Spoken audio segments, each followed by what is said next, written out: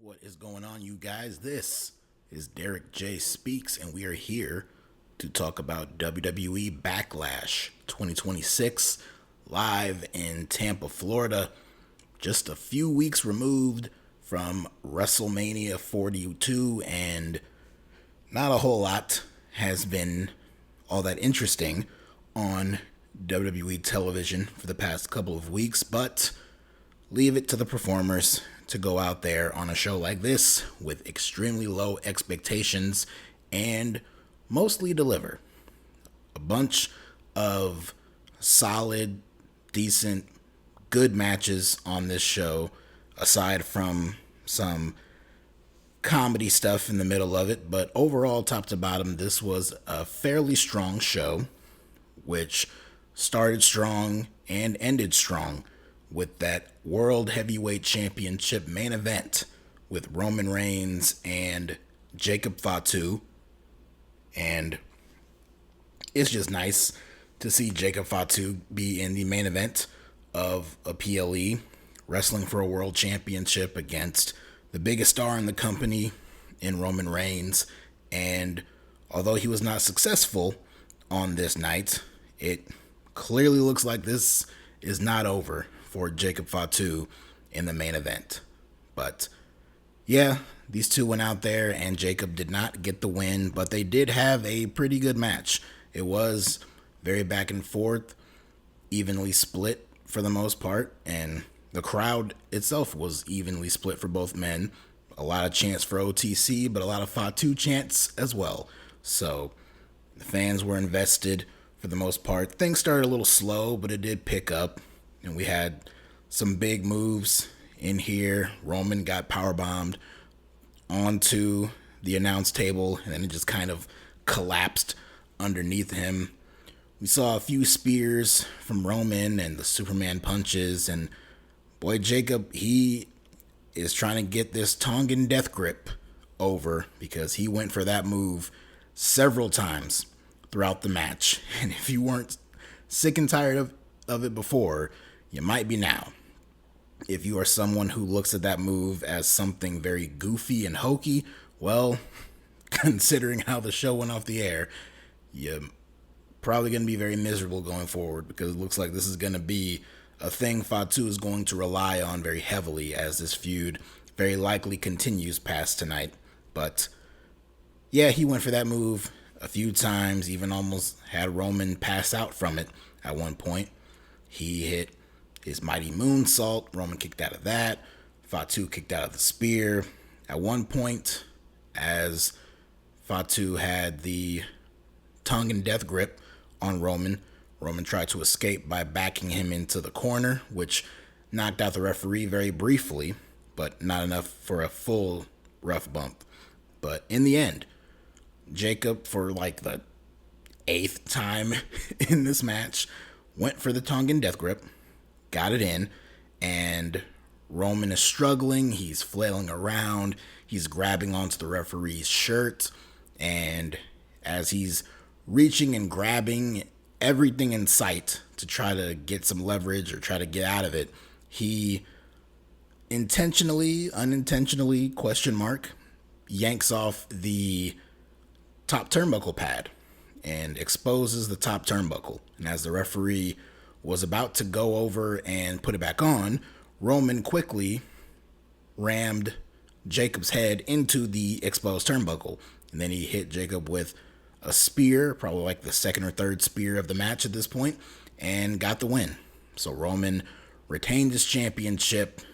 Jacob was not down for too long. He got back up after that 3 count fairly quickly, enough for him to comprehend the situation and immediately attack Roman Reigns after the match. He reapplied the Tongan death grip. The referee tried to step in and stop him. He ended up hitting the referee with a Samoan drop. Then a bunch of officials came out. Adam Pearce came out. He super kicked Shane Helms, and he tossed Adam Pearce out of the ring. He was pushing off guys and all that. Meanwhile, he kept that death grip in for as long as he could until eventually he let go and he left. He left the ring, was walking up the aisle, And then not too long after that, he came right back in, reapplied the hold again. Roman is foaming at the mouth. He's coughing up. He's spitting up. It was very gross. No blood. But, he's just suffering here. And then finally, they basically convince Jacob to leave him alone, and he leaves. And then after the show is over and they do the post-match stuff, right at the beginning of the post-show, Roman is back up. He's leaving on his own power, and he's interviewed by Kathy Kelly in the aisleway, and he is basically speaking directly into the camera, talking to Jacob, saying, like, this is why we never brought you in.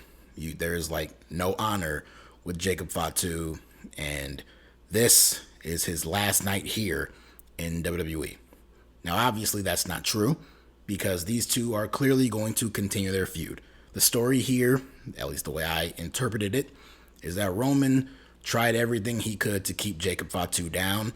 Nothing he did worked. He hit some of his big moves earlier in the match, and Fatu would kick out, or even kick out at one. Nothing he was doing was keeping Jacob Fatu down for too long. And Jacob kept going back to that tongue and death grip, choking out Roman, causing all kinds of pain to him. And in an act of desperation, he had no choice but to use the exposed turnbuckle, which I don't even think was something that was intentional. I don't think he pulled off the pad because he knew he was going to use it. I think it was the way it was set up there with those closing seconds of the match, is that he was just reaching for anything to try to escape. And he just managed to rip off the turnbuckle pad, and then seeing that, took advantage of it, rammed Fatu's head into it, hit the spear, and won the match. He didn't even win. He survived. And that was a point that they brought up on commentary. And then, of course, with that factored into Jacob beating him down as brutally as he did in the post-match, which I did not look at that like, oh, well, Jacob Fatu turned heel. I don't look at that like a heel turn. It's very unsportsmanlike, of course, but the whole idea is that Jacob is a wild man. He's a madman. He crashes out, and he crashed out here. He went crazy, attacked Roman, attacked everybody out of frustration. The whole story with him heading into this match is how much he needs this championship and how he wants to provide for his family and all that. So he was very frustrated, and that's what happened. So I imagine we'll get a rematch here, probably in Italy. Maybe they throw some kind of stipulation on it. My question is, where were the Usos? Where was Jimmy and Jay?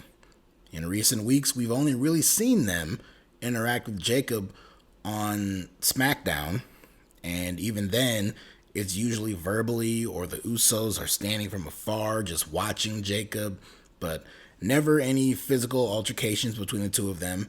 The past few weeks on Raw, Jacob has laid out Roman with that tongue and death grip. The Usos didn't come to help, and on this show here, now heading into this match, Fatu warned the Usos to stay away from the match itself, but the match was already over. Roman won, bell rang, all that stuff, and we have this big post-match attack here, and all these officials and people are running out to try to stop Jacob. We don't see Jimmy or Jay pop up. They don't try to come out to make the save. They don't appear at all. So, very odd that they didn't show up, but I imagine that that's going to play a part in the story, and that will be brought up on television, whether by Roman or Fatu.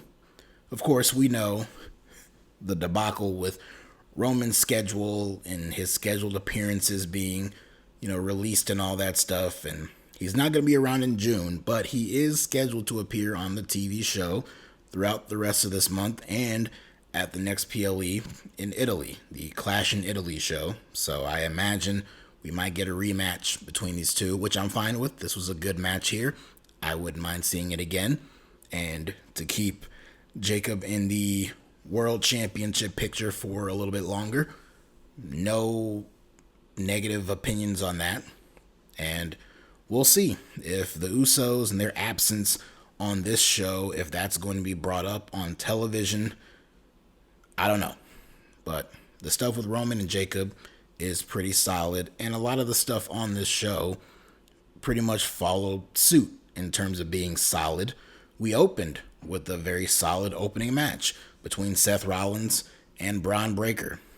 Probably the hottest the crowd was all night was for this opening match, and these two had a very good match. It started all action right from the jump. Rollins attacked Breaker right as the bell rang, and they started immediately fighting all around ringside and even near the crowd a little bit. And the story here, Seth, he's older. He's, coming back from multiple injuries. He's not as, quick with it as he used to be. And Braun is the young stallion, the young, intense guy. So he could withstand a lot of that stuff. There was a botched move in this match. I'm not sure exactly what Seth was attempting to do, but whatever it was, he ended up kind of messing it up and landed on his head. Not crazy, not forcefully landing on his head, but he kind of fell out of it. So not sure what it was, but that was a point in the match that was a little embarrassing. But other than that little flub, the match itself was fine. We had some interference from the Vision, Logan Paul and Austin Theory. Seth was ready for them. He had the chair and everything, and he beat them down. Those are your World Tag Team Champions, by the way. Just easily getting disposed of like goofs on this show. But as Rollins made his way back into the ring, he got cut in half by a spear from Braun Breaker, but kicked out. So that was not enough to keep him down. Braun ran the ropes, trying to build up momentum, going for another spear, but Rollins caught him midair with a pedigree. And then as Rollins went up top to try to deliver a super stomp, essentially, Braun caught him in midair with the spear. I think that would have been a nice finish there, pin him right there. That was a high spot, but he wanted to make it a little more emphatic. So he once again ran the ropes and hit that big spear in the end, and Braun Breaker gets the win here. Not a fully clean victory since we had the interference from Logan Paul and Austin Theory. There was a brief distraction from Paul Heyman, but by all accounts, he did beat Seth clean here. And Seth, he's now had 2 matches back on TV since he came back from injury all those months ago. But Seth is one of those guys on the show who can afford to lose these matches. He lost to Gunther at WrestleMania. That's when Braun returned and cost him the match. But Gunther is someone who should be fairly protected with how strongly they have booked him over the past year. Gunther should not be losing right now, especially not to somebody like Seth Rollins. And now it makes even more sense since Gunther is over on SmackDown about to challenge Cody for the WWE Championship at the next PLE.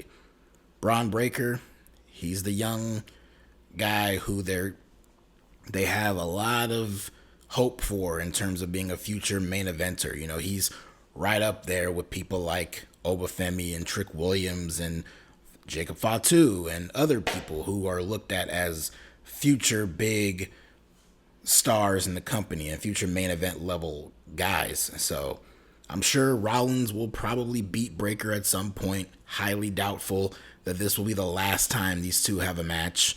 I imagine there will be a rematch and maybe even another one after that. But for now, on this show, Braun getting the win was the right call. And speaking of the right call, we also had the United States Championship on the line. Trick Williams defending against Sami Zayn.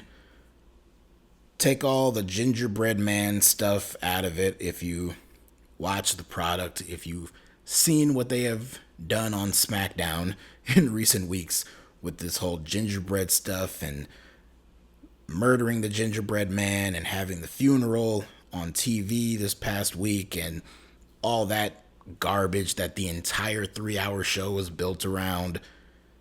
Take all that aside.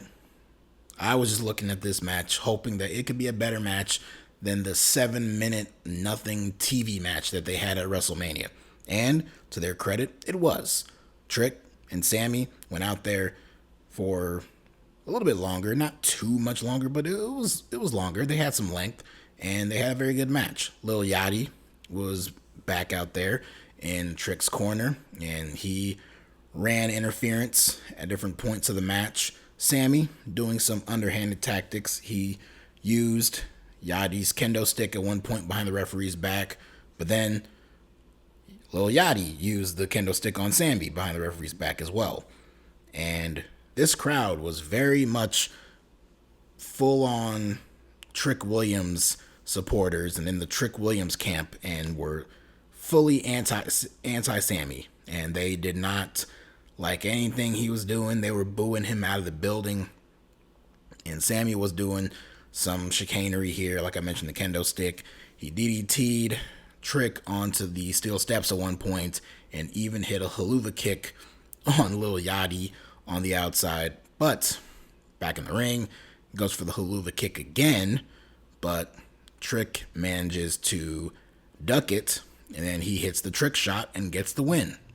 So he recovered from that DDT on the steel steps fairly easily and quickly. So super Trick here, but he retains the championship.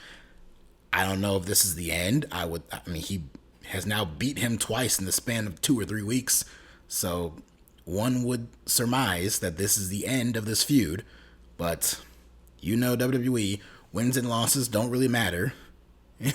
that takes on a whole different, meaning as I get to John Cena's big announcement later on in the show. But we'll get to that later. But yeah, Trick is still champion. Sammy, I don't know if now he will be a full-blown heel and he'll have his own little meltdown, and whether this feud continues or Sammy moves on to something else and Trick moves on to something else. Honestly, after the whole gingerbread stuff, I'm ready for both of these guys to move on. So hopefully that will be the case. We had a tag team match on the show as The Miz and Kit Wilson took on Danhausen and a partner of his choosing, which ended up being a mini Danhausen, as Danhausen had a cloning machine that he turned on, and out popped a mini Danhausen. Which, hey, if this is your comedy section of the show, and if you found this funny, good for you. Elements of it were somewhat amusing. The mini was fairly talented. Now, there's reports going on that this was either El Torito or Masquerita Sagrada. Now, I'm not familiar with which is which, or even if that's the same person. I am completely ignorant of that. I have no idea. But regardless, this was clearly a lucha mini, because he had some very impressive moments in this match. And honestly, anytime he did any offensive maneuvers were probably the more interesting aspects of this match, because the rest of it was Kit Wilson, The Miz, and Danhausen. And that's not the most overly exciting stuff on TV right now. But we had it here. At one point, Kit Wilson threw the mini Hausen back into the cloning machine. Good God. This is ridiculous. But he threw him back into the cloning machine. It turned back on, and then out popped a whole bunch of other mini Danhausens, just like that little army that he had at WrestleMania. So they came out and they bombarded Kit Wilson. In the end, Danhausen got the win for his team, and he pinned The Miz with a pump kick. So the babyfaces won. Danhausen won.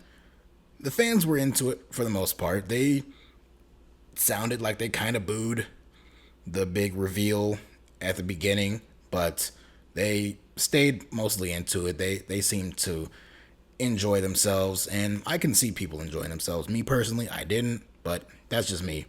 It was harmless. It was something in the middle of the show. Probably would have been better off as a pre-show match, but, they don't do that anymore. So it is what it is. The one lone women's match on this show, and it wasn't even a championship match. It was a grudge match with Asuka and Io Sky, two of the more talented women and just wrestlers overall in the entire company. Io, one of the best wrestlers in the entire world. So you knew they'd at least have a very good match. And that is what they did. They had the very least of what they are capable of, in my opinion. Now, some might have looked at this like an all-time classic, excellent match. That's not how I viewed it. I know both women are capable of doing better. I've seen them do better against other people.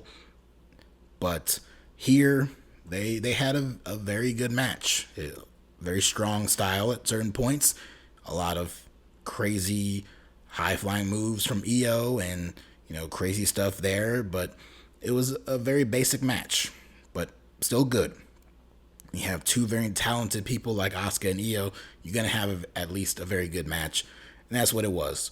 It was very, very hurt by the lack of Kairi Sane. Of course, she was released a few weeks ago and was just dropped from this story.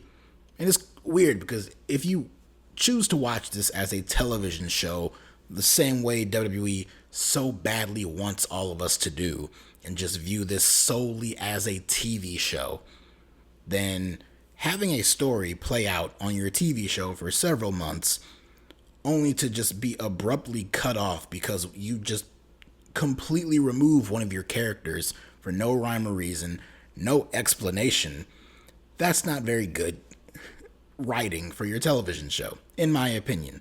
So to not have Kairi here to pay that story off and have her finally turn on Asuka or finally stand up to Asuka or anything like that was very disappointing, and it took a lot of the emotion out of this match. But Io won. She hit the over the moonsault and she got the win, and both women hugged afterwards. It seemed like all was forgiven, and that was it. So again, like I can see the emotion there. They're displaying it and all that. Maybe this was a match in tribute to Kairi, who is now gone and probably back in Japan, never to return.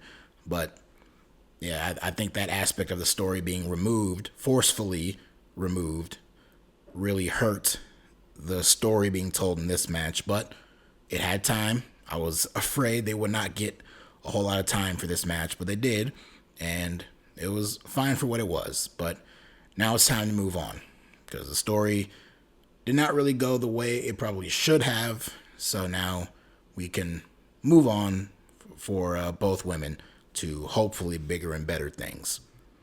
And the last thing we'll talk about here is what took place right before the main event, which was the John Cena announcement. They were hyping this up, that Cena had an announcement to make on this show that would be something so groundbreaking and earth-shattering and change the landscape of WWE. That's up to each's own interpretation. But basically, his announcement was the start of a John Cena classic. Now, I assume, when you hear classic, that means typically a tournament, but that wasn't really clarified here. We just kind of got the bare bones of this announcement from Cena here.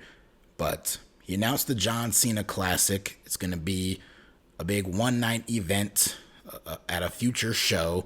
Didn't announce when, but it'll be at a future show.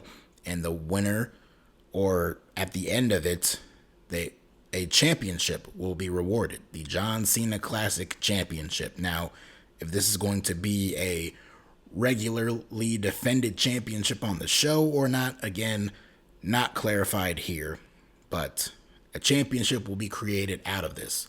And whatever this tournament thing is will involve a mix of superstars from Raw and SmackDown and NXT, or at least main roster and developmental talent, akin to what we saw on the same show of his retirement all those months ago. And the audience will have a little bit of participation here because they will apparently get to vote on who will walk away with the championship, because Cena made a point to mention how you can have a match during the course of this tournament where somebody could lose, but because they showed enough heart and dedication and really impressed the crowd a lot, despite losing, they could still be voted to win the championship. So you could lose your match, but still be voted to win a championship. Not the greatest initial rollout of this announcement here from Cena. Cena, he's very, larger than life and bombastic and all that when he speaks. So this was kind of just the bare bones of it. Very emotional, presenting it like, this is something big we're doing. It's, a big leap here. Don't know if it's going to work or not, but here's what it is. And I assume in the coming weeks, this will be fleshed out more and there'll be a little more explanation as to what this really is, who's going to be involved, when is it going to happen, what is the details of this championship, and what's the details of the fan involvement and how they can vote and all that. What does that exactly mean? Again, a lot of these questions were brought up, but just not answered or addressed here in Cena's promo, which, it is what it is, but I assume it'll get fleshed out more. And because of that, I don't really have much of an opinion on this because I don't really know what this is. I can't say it's some great, fantastic idea.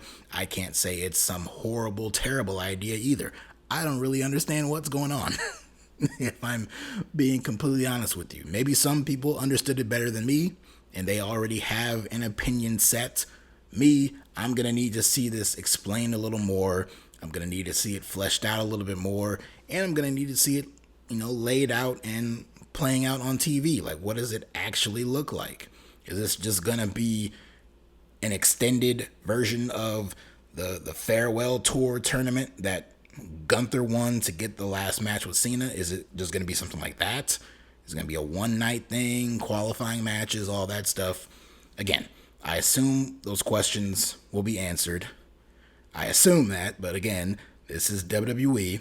What we heard from Cena here could very easily just be it, and then we just figure it out as we go. That is the MO of this creative team for the past couple of years now. So we'll see. But again, I don't really have a fully fleshed out opinion on this because I personally don't fully understand exactly what this is or what it looks like. But that's it. And again, cover the main event with Fatu and Roman. So that is Backlash. It was a 5-match show. It ended right before 9 p.m., so that's cool. It started at 6, ended at 9, and didn't overstay its welcome. A lot of the matches did get time, so good stuff there in that regard. And the matches were good enough to keep my interest. Again, the opening match was really good with Seth and Braun. The main event was really, really good. Trick and Sammy had a better match than they did at WrestleMania. Asuka and Io, slightly underwhelmed, but still was good. And the comedy Danhausen stuff in the middle was just there. And hey, Cena showed up. So, that in and of itself, I guess, is pretty newsworthy. But, yeah, it was a show. It was an easier watch than WrestleMania. I'll give it that. And, of course, the ads are still an issue, but that's just how it's going to be.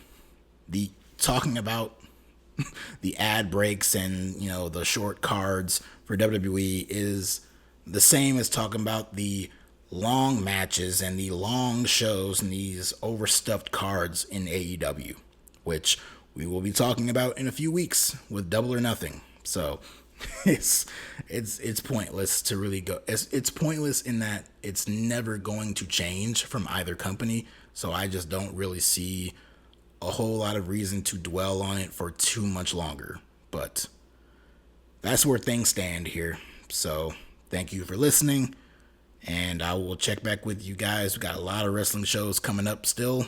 We have Clash in Italy. We got Saturday night's main event. We have Double or Nothing. So still a lot in the future. But until next time, check you later.